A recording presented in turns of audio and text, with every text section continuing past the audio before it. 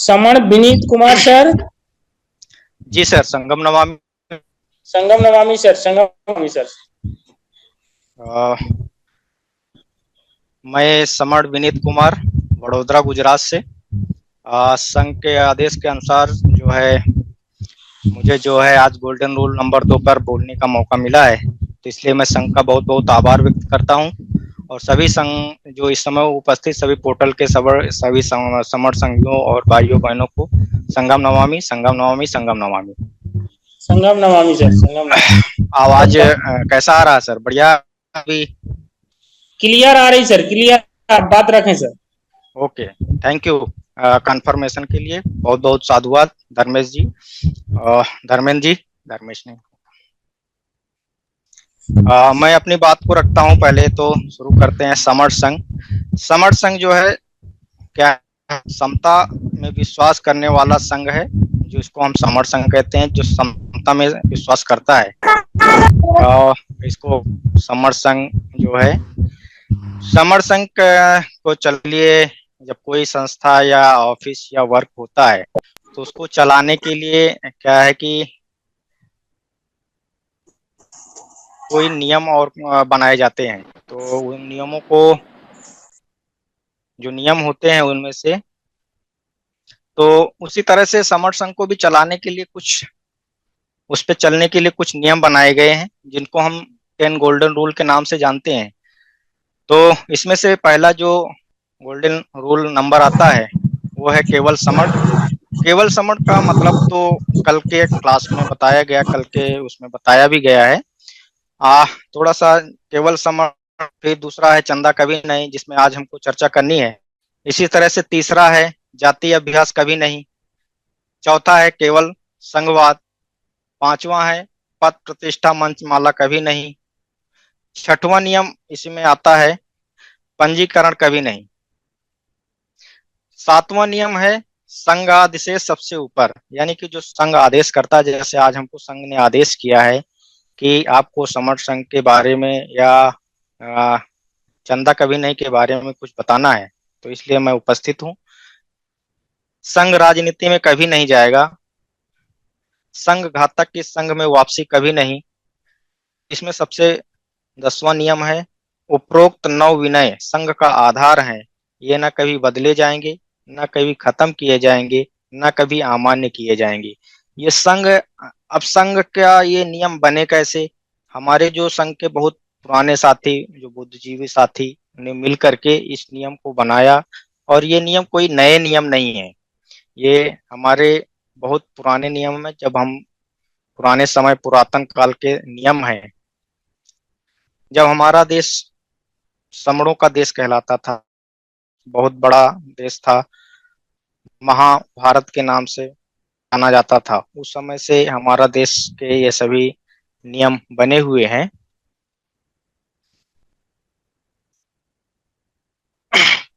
जिसमें से ये सब नियम बनते हुए हम बात करेंगे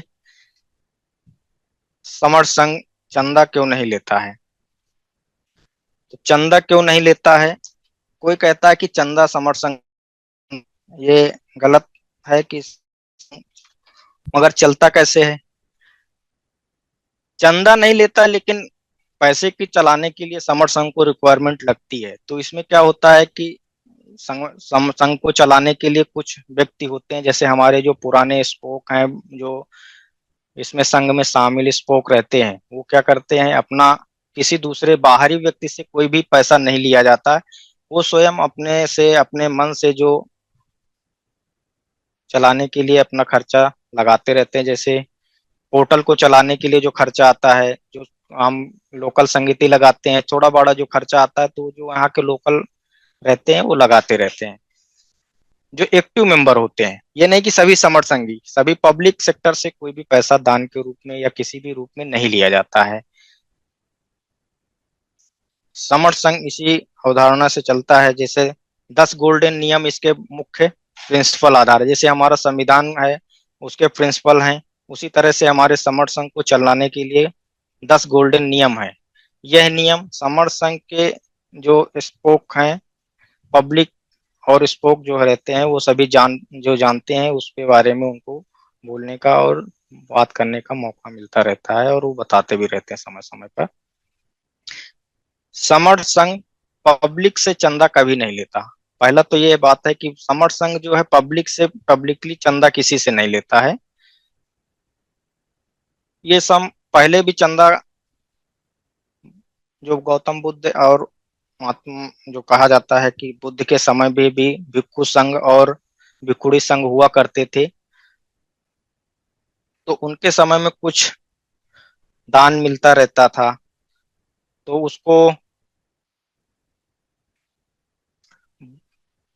जो बुद्ध के समय में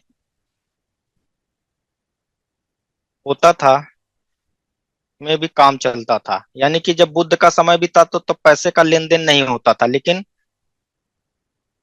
जो भंते या भिक्षु संघ होता था वो जैसे दान में लेने के लिए निकलता था, तो भिक्षु संघ को रहता था कि जब कहीं पे भी दान किस रूप में लेना है, जब किसी को अपना ज्ञान बांटेंगे या उसको पढ़ाएंगे, उनको समझाएंगे, तब उसके बदले में उनको जो भोजन मिलता था वही उसको ग्रहण करते थे। ऐसे नियम बनाए गए भिक्षु संघ में। भिक्षु संघ को कभी सोना चांदी हीरे जवाहरात ऐसे चीजें लेने की लिए अनुमति नहीं थी। तो ऐसा हमारे संघ में भी नियम है कि किसी को भी पब्लिकली सेक्टर से किसी को ऐसी चीजें नहीं है, ना चंदा के रूप में कोई पर्ची फाड़नी है, ना कोई चीज का ऐसा करना है। निःशुल्क जो चीज होगा वो रहेगा। यानी कि पर्ची भी कभी नहीं कटेगी कि समर संघ के नाम से कभी पर्ची काटी जा रही है, कुछ किया जा रहा है। ऐसा करते हुए यदि कोई पाया जाता है तो वो समर संघ का जो है दोष के रूप में आएगा, जिसको समर संघात के रूप में उसको संज्ञान में लिया जाए, संघ उस पर जो है बात करेगा। ऐसे नियम कैसे जो होता था कि भिक्षु कहीं भोजन के लिए जब जाता था तो उसको उतना ही भोजन लेना रहता था कि जैसे पहले घर में गया 5 घरों तक के भोजन मांगने की मतलब लेने की प्रथा था, मांगने की तो नहीं। वो कभी भिक्षा नहीं मांगते थे, वो जाते थे अपना ज्ञान बताते थे, यदि उसकी सामने वाले की नजर पड़ती थी तब वो उसको देते थे, नहीं तो किसी से भी मांगते नहीं थे, मांगने नहीं करते थे। वो ज्ञान के बदले अपना भोजन जीविका चलाने के लिए किया करते थे और अपना ज्ञान बांटते रहते थे। इस तरह से और जो कुछ समय बाद क्या है कि लोग जैसे हम जैसे कुछ लोग होते थे कि उनको दान में चीवर दान या भोजन के लिए कुछ सामान देते रहते थे, तो उसके लिए वो संघ में जाता था। जितना भी सामान लेके आते थे, जैसे भोजन ज्यादा लेके आ गए तो उस जमा होता था और संघ के थ्रू भी उसको वितरित किया जाता था। एक संघ के लिए भंडार गृह रहता था और वहां सबको जमा करना रहता था, स्टोर। ऐसा जो दान होता था वो संघ का दान कहलाता था। वो संघ ही उस पे सब चीज संघ ही करता था। संघ जिसको जरूरत होती थी उसी को देता था, नहीं तो नहीं देता था। जिसको रिक्वायरमेंट उस समय चीवर जैसे एक भिक्षु को 2 चीवर रिक्वायर दिए जाते थे, जिसमें से एक चीवर उसको पहनने के लिए, एक रखे रहने के लिए, कभी गीला हो गया और बदलने के लिए रहता था। 2 चीवर इस तरह से रहते थे। और खाने के पीने की व्यवस्था जो है संघ के थ्रू होती थी, क्योंकि उनको कमाने के लिए तो उनको मना था कि कमा नहीं सकते हैं, अपनी जीविका के लिए अपना वो नहीं कर सकते हैं, तो इसलिए कमाने का जब बंद था तो इसलिए उनको खाने के लिए मांग करके ही खाना रहता था। यानी कि दूसरे दूसरे के घर अपना भ्रमण करते हुए और उस तरह से ही उनको भोजन करना रहता था।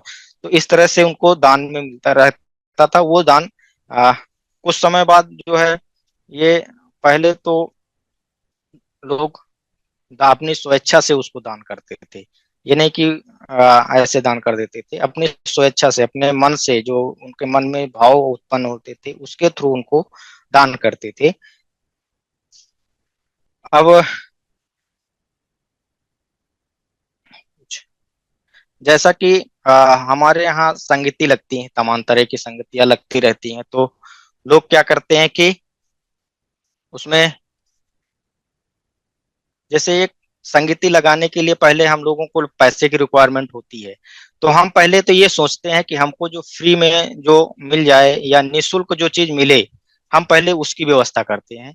जब निःशुल्क नहीं मिलता, जैसे निःशुल्क में क्या क्या होते हैं, जैसे हमको मिल गया अम्बेडकर भवन मिल गया, बुद्ध विहार मिल गया, कबीरदास भवन मिल गया, गाड़के भवन मिल गया, इस तरह के में हमारा बहुत कम खर्चा होता था।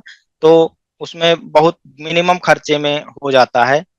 थोड़ा बोड़ा लगता है तो वो जो स्पोक रहते हैं एक्टिव, वो उसकी व्यवस्था कर लेते हैं अपने से, उसको करके और आगे की संगीति को इस तरह से चलाते हैं। और उसमें एक संघ में एक और प्रथा है कि अपना अपना जो है खाना और पानी साथ में लेके आने की। अब खाना पानी साथ में लेके आते हैं तो एक कहा गया है कि अपने साथ जो है 2 पराठे और लेके आओ, एक 2 अपने लिए और 4 अपने लिए, 4 अपने मित्र के लिए, यानी कि 6 पराठे। तो इसमें क्या होता है कि जैसे हम कोई आदमी है दूर से आया थोड़ा, तो वो नहीं ला पाया या कोई नहीं लेके आया, तो हम उसको मिल बांट करके एक संघ में रख करके, और उसमें चाहे जितने लोग चाहे जो भी चीज लेके आए, जैसे कोई पूड़ी पराठा लेके आया, कोई खीर चावल लेके आया, कोई क्या लेके आया, तो सभी जो है संघ में शामिल कर लिया जाता था। और संघ में शामिल होने के बाद वो उसका सामान नहीं बचता था, वो संघ का सामान हो जाता है, वो खाना संघ का हो जाता है। फिर उसको हम मिल बांट करके और बैठ करके आराम से उसको खाते हैं। सभी आपस में मिल बांट कर खाते हैं। ऐसा एक ये है। कुछ आवश्यक अ, कुछ आवश्यक व्यवस्था करनी पड़ती है, तो जिम्मेदार जो स्पोक, अभी हमने बताया कि जो जिम्मेदार स्पोक होते हैं, वो जो है उसकी व्यवस्था अपने ऊपर उठा लेते हैं, और इस तरह से संगति को संपन्न किया जाता है। यदि लगता है कि अब बड़ी संगति है, कभी कभी क्या होता है कि बड़ी बड़ी संगतियां, जैसे दिल्ली में संगति लगी, बड़ोदरा में संगति लगी, पंजाब में संगति लगती है, लखनऊ में संगति लगती है, तो जो दूर दूर के स्पोक लोग जाते हैं, जो संगति में संगी लोग भाग लेते हैं, समर संगी लोग भाग लेते हैं, तो वो क्या है कि इतनी दूर से वहां तक भोजन नहीं ले जा सकते हैं। तो उसके लिए जो व्यवस्था बनाई जाती है, उसमें जो कलेक्ट होता है वो अपना प्रतिभाग के रूप में जो वहाँ पे जो एक्टिव स्पोक होते हैं, या वहाँ का जो संगीति का जो भी मेनू तय होता है कि किससे कितना, इसमें खर्चा कितना आएगा, मिनिमम से मिनिमम जो खर्चा होना चाहिए, उस पे बात की जाती है। संघ, क्योंकि संघ क्या है कि संघ कोई व्यक्तिगत नहीं है, तो इसलिए उसमें मिनिमम से मिनिमम, मतलब जितना कम से कम खर्चा हो उस पे काम करता है। ज्यादा खर्चे की रिक्वायरमेंट नहीं होती, सादा एकदम। ये नहीं कि हम बहुत दिखावे के लिए बैनर खूब बनवा डालें, खूब ये कर दें। बैनर का भी काम क्या होता है, बैनर जो भी बनते हैं वो अपने पैसे से लोग खरीदते हैं। जो वहाँ के स्पोक रहते हैं वो अपने पैसे कुछ मिला करके उसको बनाते हैं। इस तरह से संघ का काम चलता है। दूसरा है, संघ की संगति में फ्री की जगह उपलब्ध नहीं होती है, तब ये काम किए जाते हैं जी। ये सब खर्चे तब भी आते हैं, जैसे उसमें जो भी मिनिमम से मिनिमम खर्चा लगता है। जैसे कभी कभी जैसे बड़ौदा में संगति हुई थी तो 250 रुपया प्रति व्यक्ति आया था वयस्क के लिए, और जो नॉर्मल खर्चा था वो 125 रुपया बच्चों के लिए रखा गया था। इस तरह से उसमें सबसे कम रेट में उसको मुहैया कराया जाता है। संगति के उपरांत ही कम पड़ता है, तो उसको, जैसे अब संगति हो गई, अब उसमें पैसा कम पड़ गया, तो उसके लिए किससे भरपाई करना। तो हम लोग क्या करते हैं, ये हम समर संघ क्या करता है, हम लोग नहीं, समर संघ क्या करता है कि जो एक्टिव स्पोक होते हैं, थोड़ा बड़ा जो भी पैसा कम पड़ता है, तो वो एक्टिव स्पोक रहते हैं, तो वो आपस में बात करके और संगति और टीम को, सबको बात करके जिसको जो अपना देना होता है वो अपना उस पे वहन करते हैं। खर्चे का हिसाब किताब संगीति के दौरान ही सब चीज कर दिया जाता है, यानी कि संगीति जब चालू रहती है उसी समय टेंटेटिव उसका सारा हिसाब किताब बता दिया जाता है। इस तरह से संगीति चलती है। अब इस प्रकार समर संघ के व्यक्तियों का खर्चा नहीं लेता है, और आए आए गए चंदे का कोई लेन देन भी नहीं होता, यानी कि उसमें उसी दिन के लिए संगति होती है, उसके बाद कोई उसका रख रखाव करने के लिए वो सेंट्रल टीम को सबमिट कर दिया जाता है कि इसका लेखा जोखा सब। उसके बाद ये इसमें कुछ और भी चीजें होती हैं, जैसे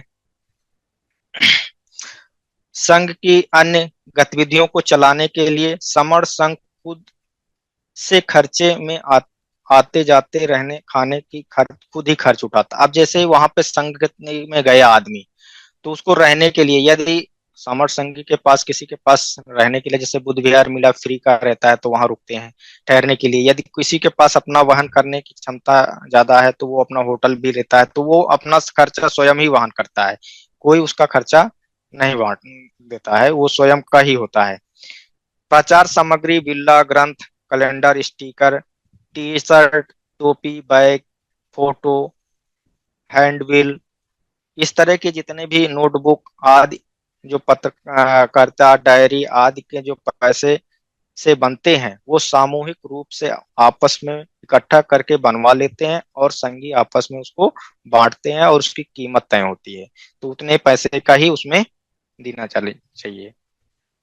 संघ में बाहरी पैसे का निषेध है, यानी कि समर्थ संघ किसी से बाहरी, जो उस संगति में आए हुए हैं उन्हीं से पैसा है, उन्हीं से कलेक्ट करता है। चंदा यानी कि कोई बड़ा आदमी आया कि हम इस पूरे संगीति का खर्चा उठा लेंगे, तो उसके लिए भी उसमें नहीं दिया जाता है, कि वो उसके लिए विरोध करता है, उसको संघ में उसके लिए मना मना कर दिया है संघ ने, कि हम किसी का बाहरी पैसा जो नहीं है इस में शामिल, उसका पैसा नहीं लेंगे।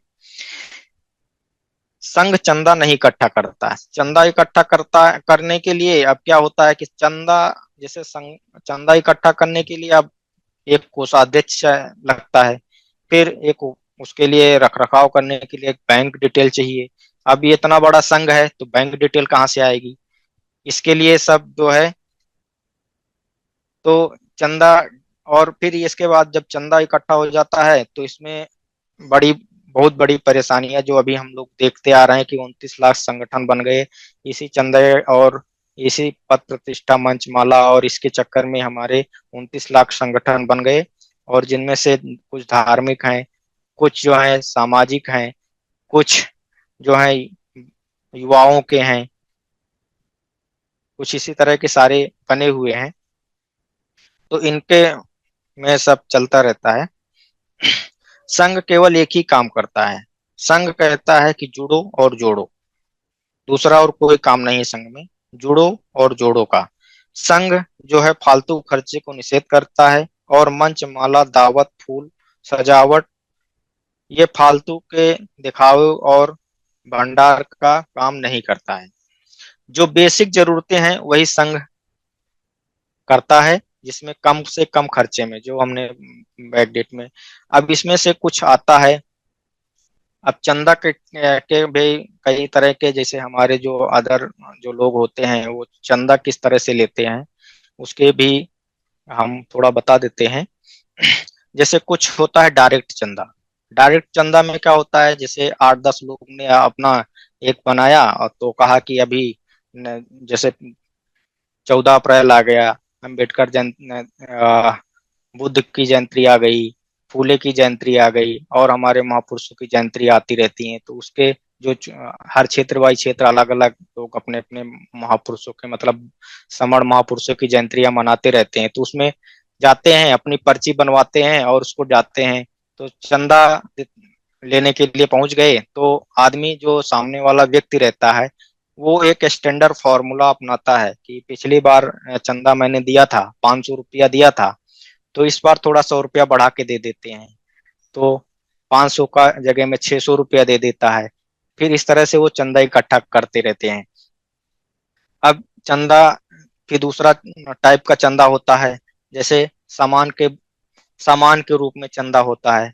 सामान के रूप में चंदा कैसे, जैसे कहें कि हम अम्बेडकर जयंती मना रहे हैं, बुद्ध जयंती मना रहे हैं, कबीर जयंती मना रहे हैं, तो उसमें कहते हैं कि हमको पैसा नहीं चाहिए आपसे, क्या चाहिए, आप हमको चावल दे दीजिए एक बोरी, आ, तेल 3 का डिब्बा दे दीजिए तेल का, हमको जो यहाँ पे सजावट के लिए जो टेंट लगेगा उसका पैसा दे दीजिए। तो इस तरह के चंदे, मैंने के सामान के रूप में चंदा होता है। कुछ चंदे होते हैं जैसे फोटो छपवाने के लिए, छपवाने का चंदा।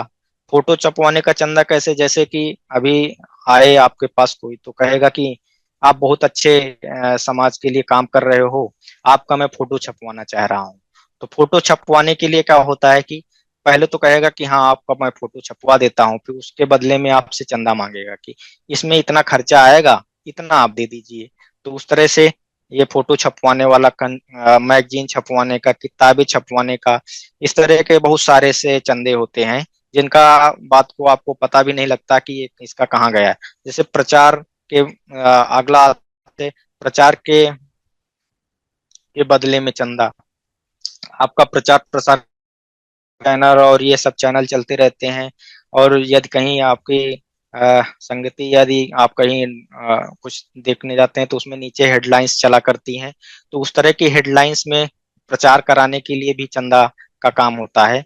और एक होता है दबाव के रूप में चंदा, जैसे डर के से अब आ गए हैं तो देना ही देना है, तो उस तरह का भी चंदा रहता है कि ये दबंग आदमी है, अब इनको नहीं देंगे तो ये फिर कुछ करेंगे, हमारे साथ कुछ कर सकते हैं, इस तरह के चंदे जैसे। और कुछ होते हैं मानसिक रूप से दबाव के चंदे। मानसिक रूप में कैसे?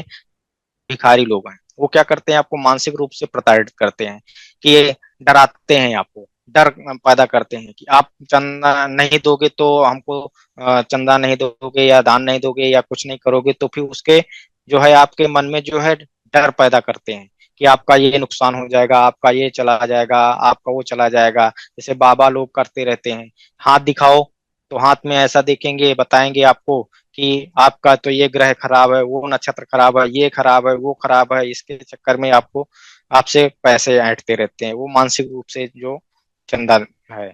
फिर उसमें आता है लालच के वश में चंदा। अब लालच के वश में, जैसे अभी कोई हमको किसी से कोई बेनिफिट लेना है, ऐसा लगता है कि हमको कहीं किसी जगह जा रहे हैं तो वहां पे हमको ये चीज का फायदा हो जाएगा बात को, तो उसके बदले में भी चंदा देते रहते हैं। तो इस तरह से लालच में भी चंदा। फिर आता है कमीशन वाला चंदा, जो सबसे बड़ा खतरनाक है, वो कमीशन वाला चंदा है। कमीशन वाले में क्या है, कुछ लोग ऐसे हैं फुल टाइमर चंदा इकट्ठा करने वाले, उनको पर्चियां मिल जाती हैं और वो अपना फुल टाइमर की तरह काम करते हैं, और उसमें संस्थाओं के थ्रू उनको एक सैलरी डिपेंडेंट रहता है, कि जैसे आप हमको 10,000 रुपया लेके आओगे तो उसमें से आपको 4,000 दे देंगे और 6,000 हम अपने पास रखेंगे। तो इस तरह के भी काफी लोग हमको दिखाई देते हैं। और कुछ इस तरह के चंदे हैं। चंदा लेना, अब इसमें बात आती है, चंदे वाली तो हो गई सारी। अब इससे हमको नुकसान क्या हुआ? चंदे ले ले करके लोगों ने क्या किया है, हमारे जो हक अधिकार थे उनको भूल गए। वो केवल चंदे के भरोसे अपना जीवन यापन करने लगे। आज ये मीटिंग कर लेंगे तो इतना आ जाएगा, कल वो मीटिंग कर लेंगे तो इतना आ जाएगा। इसके बाद चंदा इकट्ठा करके, और फिर कुछ तो ऐसे संस्थाएं होती हैं, कुछ समय समय पे उबलते हैं, जैसे पानी की बरसात की तरह बुलबुले नहीं आते हैं, उस तरह से। जैसे अम्बेडकर जयंती आ गई, अम्बेडकर जयंती में तो इतने संस्थाएं, इतने टोले टगारे युवा के सबके आ जाते हैं कि चंदे देते देते लोग परेशान हो जाते हैं। तो इस तरह के भी लोगों के और चंदे लेने वालों के मन में समर संघ का डर आ गया, कि समर संघी लोग कहते हैं कि चंदा नहीं लेना है और ना चंदा देना है, ना लेना है ना देना है। जनवर संघ चंदा लेता नहीं, और न कि संघी लोगों को कहता है कि चंदा किसी को दो भी नहीं, क्योंकि तुम्हारे चंदे का क्या हो रहा है क्या नहीं हो रहा है ये तुमको पता नहीं। समर संघ में सभी चीजें खुली किताब की तरह है। आपका जो भी चीज है, ना तो आपसे चंदा लिया जा रहा, तो आपको कोई डर भी नहीं है कि चंदा कहाँ से लिया गया तो क्या होगा हमारे पैसे का। इसलिए आपको जो भी ज्ञान बताया जाता है समर संघ में, वो एकदम नेचुरल और प्राकृतिक नियम की तरह काम करता है समर संघ। इसीलिए समर संघ में किसी भी तरह का चंदे, लालच, और जिनको लालच रहता है कि समर संघ में प्रगति मिलेगी, ये मिलेगा वो मिलेगा, वो लोग आते हैं फिर चले जाते हैं, क्योंकि यहाँ तो किसी को पद प्रतिष्ठा की तरह वो मिलता नहीं, वो भाग जाते हैं। फिर चंदा लेने से हमको कोई दिक्कत तो नहीं होती है, लेकिन हमारे जो हक अधिकार वो चले गए, इसी कारण हमको चंदा देने में हमको दिक्कत होने लगी। हम चाहते हैं कि हमारा जो है एक संघ होना चाहिए, एक संघ होना चाहिए, और हमारे हक अधिकार एक जगह होने चाहिए। तो इससे हमारा जो है 29 लाख संगठन जो थे वो सब हमारे इसी तरह हमको बिखार करके चले गए। इसमें कुछ गलती हमारी भी रहती है कि हम चंदे देते रहते हैं, उसका कुछ वो पूछते नहीं है कि हमारा चंदा गया कहाँ। तो इस तरह से उन लोगों का मनोबल बढ़ता रहता है और वो आसानी से अपना घर खर्चा और सब चीज चलाते रहते हैं। चंदे का सही से प्रयोग करते तो हम लोगों के ये हक अधिकार सब बचे रह जाते।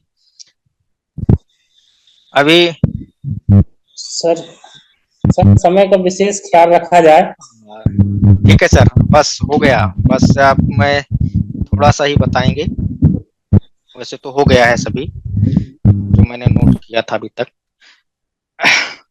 ठीक है, इतना ही वक्तव्य मेरे द्वारा जो कहा गया समर संघ के जो वक्तव्य में था। तो मेरे द्वारा जो वक्तव्य हुआ इसमें अगर कोई त्रुटि रह गई हो या कोई आघात लगा हो, कोई गलती हुई हो, तो समर संघ मुझे माफ करे। इसलिए मैं समर संघ से माफी चाहता हूँ। संगम नमामि, संगम नमामि, संगम नमामि।